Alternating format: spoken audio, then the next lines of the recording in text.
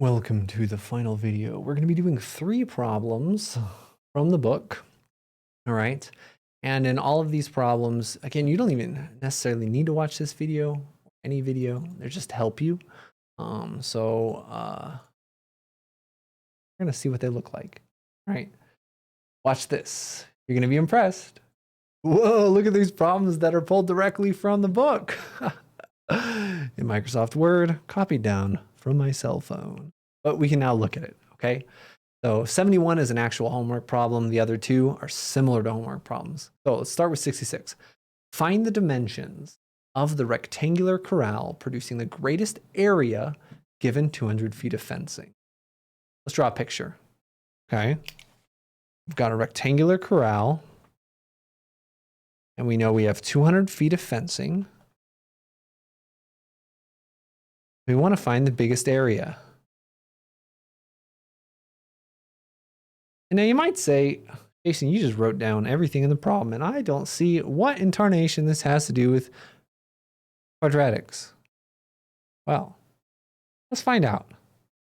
What is the area? What is the area of this rectangle? Well, area of rectangle is length times the width. And you say, Jason, I'm still not seeing it. That's not a quadratic. That's 2 different variables. This is not even a function of a single variable. Where's the functions? Where's the quadratics? I demand quadratics. Oh, I hope.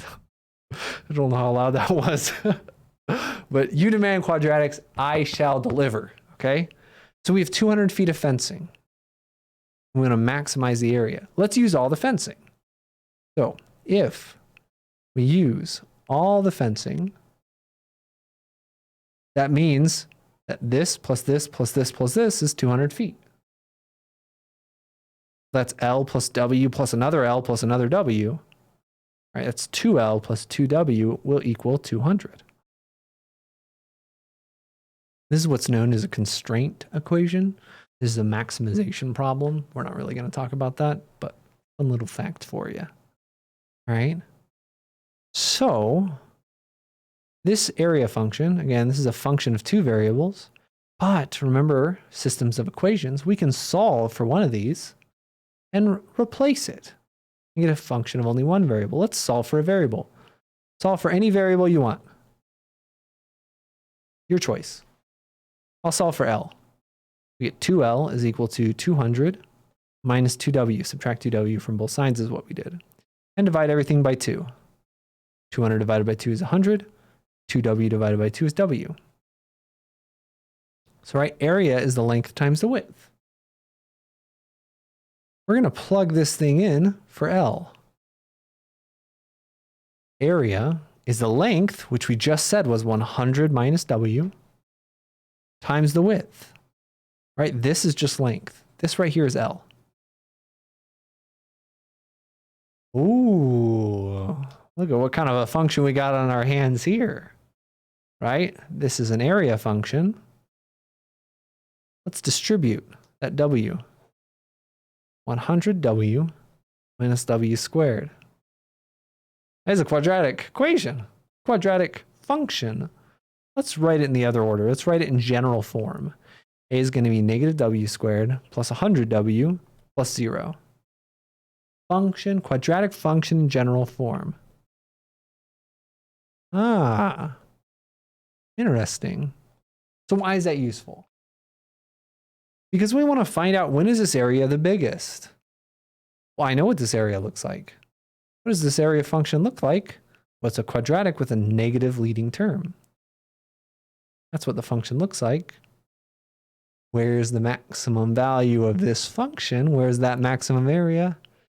It's at the vertex. Okay, so we need to find our vertex right here. This function. The vertex, I'm going to copy this down again. Right, A is going to be negative W squared plus 100W. Remember, the vertex occurs at the axis of symmetry. X coordinate for our vertex is going to be negative B over 2A. That's negative 100 divided by 2 times negative 1. The negatives cancel. 100 divided by 2 is 50. Sorry, X. X is usually what we have, but what's our variable here? Our variable here is not X. Our variable here is W. So the vertex is going to occur when W is 50. That's when the maximum is going to occur. Well, if W is 50, what is L going to be? What is our length going to be here? Well, we know that L is 100 minus W. L is 100 minus W, and W is 50. So L is going to be 100 minus that 50, which is going to be 50. W is 50, L is 50. What is it? What is this question asking us? Microsoft Word tells us, find the dimensions of the rectangular corral. Ah, we already found the dimensions. Dimensions are W is 50, L is 50, and include units, 50 feet by 50 feet. If we want to maximize a rectangular area, it's going to be a square. Okay, squares have the biggest area, right? And we only have 50 feet, sorry, we only have 200 feet of fencing, so it has to be 50 on every side. That'll add up to 200. Okay, we're going to do some more of these. Second one's a little easier, number 70. Whoa, pens work a lot better when you take the tip out. So number 70, let's look at that, Microsoft Word. Among all of the pairs of numbers whose difference is 12, find the pair with the smallest product. And what is that product? So there's no real picture to be drawn here. Pairs of numbers whose difference is 12. Let's start with that. Pairs of numbers whose difference is 12. Two numbers. We need to find the numbers. I don't know the numbers. Let's call them X's and Y. You can call the numbers any you want. And their difference has to be 12. We say, okay, X minus Y is going to be 12. We know this. The difference has to be 12. Problem told us that. Among all the pairs of numbers whose difference is 12, we've done that. Find the pair, find the X's and the Y's that have the smallest product. So here we wanted to find the biggest area. Now we want to find the smallest product. Well, the product, right, is going to be X times Y. This is what we want to make the smallest. But again, this is not a parabola. We can't find the smallest thing of here with math. We're going to do the same thing. We're going to use what our constraint, our restriction right here, to replace one of the variables. So up here, let's solve for one of them. I'll add Y to both sides. It doesn't matter. If you add Y to both sides, you'll get X is equal to 12 plus Y. So the smallest of XY is the same as the smallest of X, which is 12 plus Y, times Y. Again, 12 plus Y is the same thing as X. We just said that X is 12 plus Y. So we're trying to find the smallest product. That's this. 12 plus Y times Y. Well, what is that? 12Y plus Y squared, or Y squared plus 12Y. This is the thing we're trying to minimize. So again, what does this look like? This is a parabola. Parabola that opens up. I don't know why I draw the smallest parabola ever drawn for these. We need to find the vertex.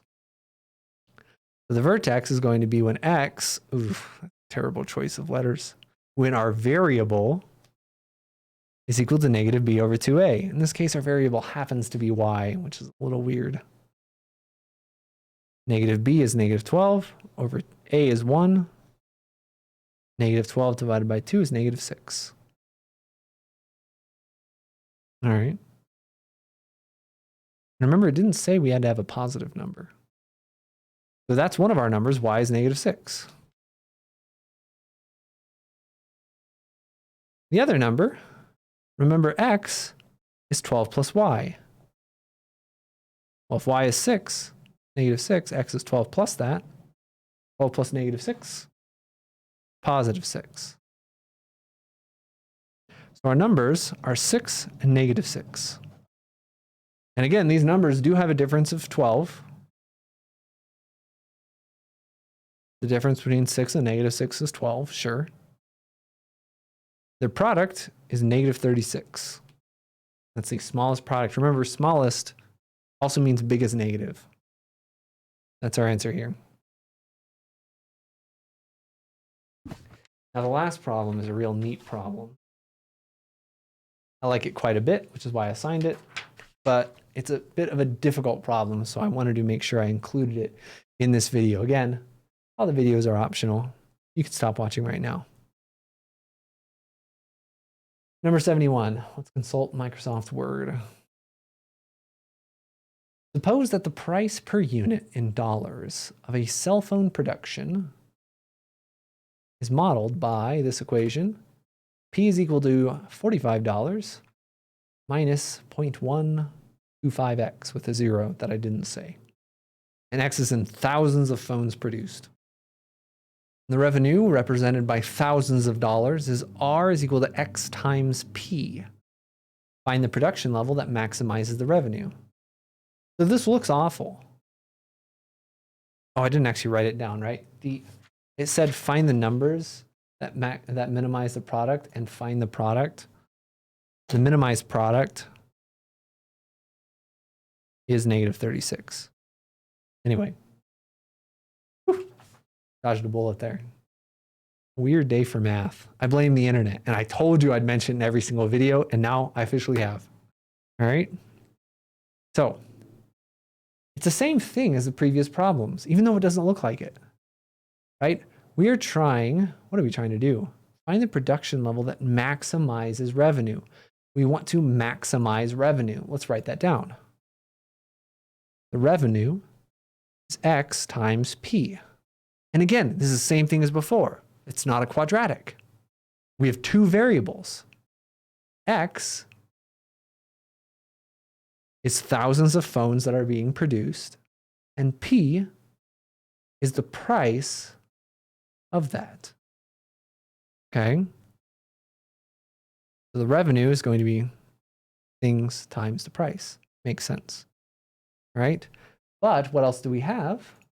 We know that the price depends on X. P is $45 minus this guy. So if that's the case, let's write that down. We know that P is $45. Let's drop the units for now. Minus 0.0125x. So let's just replace that. Get a function of a single variable. We want to find the maximum value of R, which is X, times P, which is this.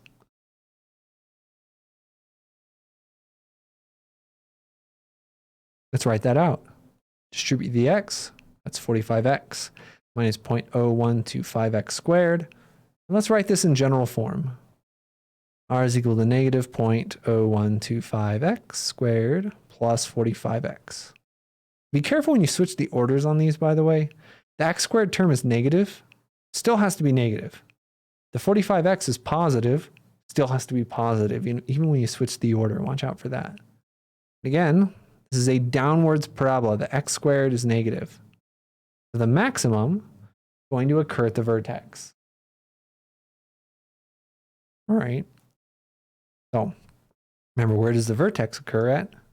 Vertex occurs when our variable is negative b over 2a. Finally, a variable that's x.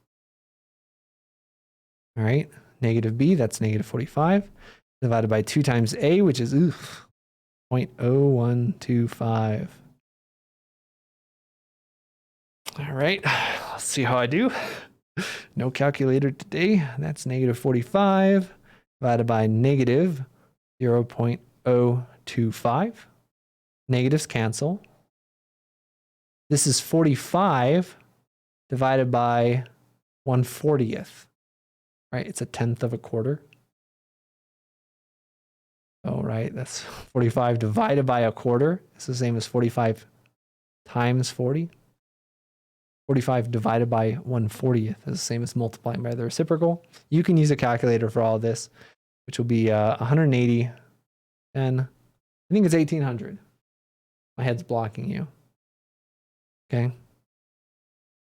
Please pardon any arithmetic mistakes I make today. All right. This is the X coordinate of that maximizing thing. And the question says, what does the question say? Find the production level that will maximize revenue. What is production level? What are our variables even talking about? Let's go back. What is P? P is the price per unit in dollars. What is X? X is the thousands of phones produced. That's what we needed, right? This is the production level. Thousands of phones, X. So we said X is 1,800. And this is how many thousands of phones. This is that 1,000 phones, which is kind of a weird thing to say. 1,800,000. You could also say the production level is the revenue is maximized